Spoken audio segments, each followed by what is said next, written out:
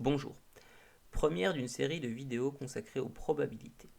Dans les deux premières vidéos, nous allons nous appuyer sur un exemple introductif que je vais énoncer ici.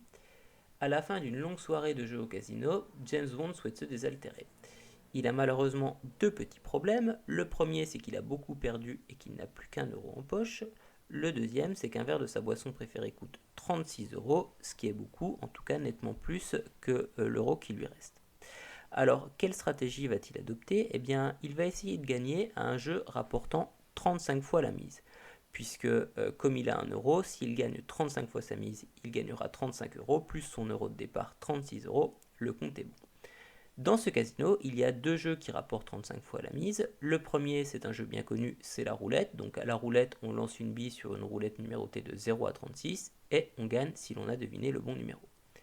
Le deuxième jeu qui permet de gagner 35 fois sa mise, c'est un jeu de dés où l'on lance 2 dés numérotés de 1 à 6, c'est-à-dire des dés tout à fait normaux, et où l'on gagne si l'on obtient 12 en additionnant les deux résultats obtenus.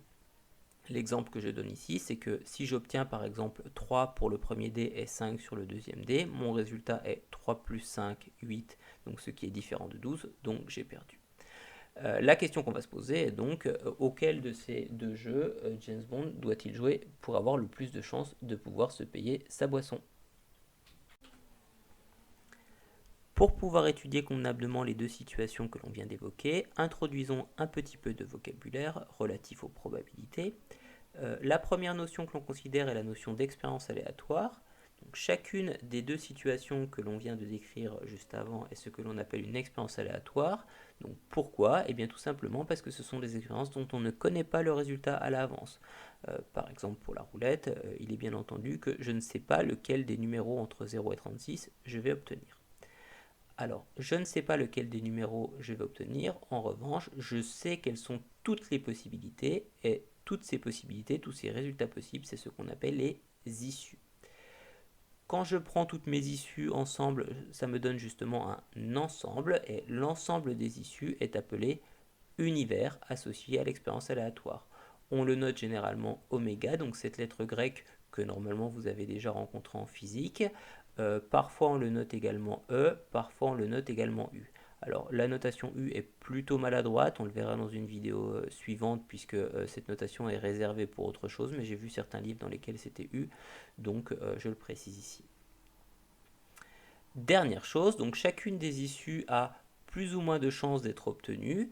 Intuitivement, ce nombre de chances sûres permet de calculer ce qu'on appelle la probabilité de chacune des issues, qui est donc toujours un nombre compris entre 0 et 1. Alors cette définition extrêmement peu rigoureuse paraît un petit peu comme ça peu claire, mais on va voir sur les exemples qu'en fait, calculer une probabilité, c'est assez simple et assez intuitif.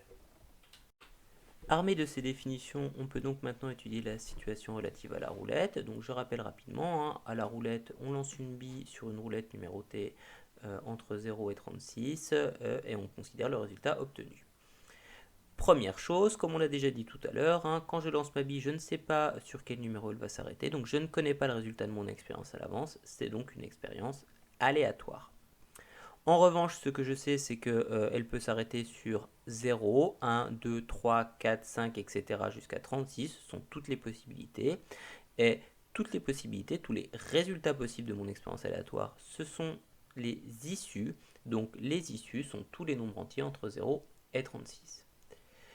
L'ensemble de toutes les issues est ce qu'on appelle l'univers et qu'on note généralement oméga. Donc l'univers est donc oméga égale, donc on a écrit ici tous les nombres entre 0 et 36. Alors la notation pour un tel ensemble est entre accolades avec les différents nombres séparés par des points-virgules. En toute rigueur, je ne devrais pas avoir le droit de mettre mes trois petits points ici, mais si je dois tous les écrire, ça va être vraiment beaucoup trop long. Dernière chose un petit peu plus compliquée, on va maintenant calculer la probabilité de chacune de ces issues. Alors, premièrement, ce que l'on constate, c'est que donc notre univers oméga contient, alors combien de nombres entiers? De 1 à 36, je pense qu'on est tous d'accord pour dire qu'il y a 36 nombres entiers. Je rajoute 0, j'en ai donc 37, ce qui veut dire que oméga est constitué de 37 issues. Parmi ces issues, elles ont toutes la même probabilité d'être obtenues. Eh bien oui, elles ont chacune leur petite portion de roulette qui est identique. Donc j'ai pas plus de chances d'obtenir le nombre 2 que le nombre 15, que le nombre 17, que le nombre 23. Donc chacune des issues a une chance sur 37 d'être obtenue, une chance sur 37. La probabilité est donc 1 sur 37. On notera donc par exemple P de 0 égale 1 sur 37, P entre parenthèses 0 égale 1 sur 37. Alors, cette notation n'est pas extrêmement rigoureuse. En toute rigueur, on devrait écrire P de entre parenthèses entre accolades 0 égale 1 sur 37. En ce qui me concerne, j'utiliserai plutôt la première, même si elle est un peu moins rigoureuse pour ne pas alourdir les notations. On a de la même façon P de 1 égale 1 sur 37, P de 2 égale 1 sur 37, P de 3 égale 1 sur 37, etc. On est dans ce cas particulier de la roulette dans une situation extrêmement particulière puisque chacune des issues a la même probabilité d'être obtenue. Et dans ce cas, dans le cas où les issues ont toutes la même probabilité d'être obtenues, on dira que l'on est dans une situation d'équiprobabilité. Alors le préfixe équi, vous le connaissez, hein, vous l'avez déjà rencontré par exemple dans équilatéral. Équi, ça veut dire même, donc équiprobabilité, même probabilité. Dans ce cas d'équiprobabilité, chaque issue a la même probabilité d'être obtenue et cette probabilité est donnée par la formule 1 sur nombre d'issues. Donc dans le cas qui nous intéressait précédemment par exemple, il y avait 37 issues, donc chaque issue a pour probabilité 1 sur 37. On retrouve bien le résultat précédent.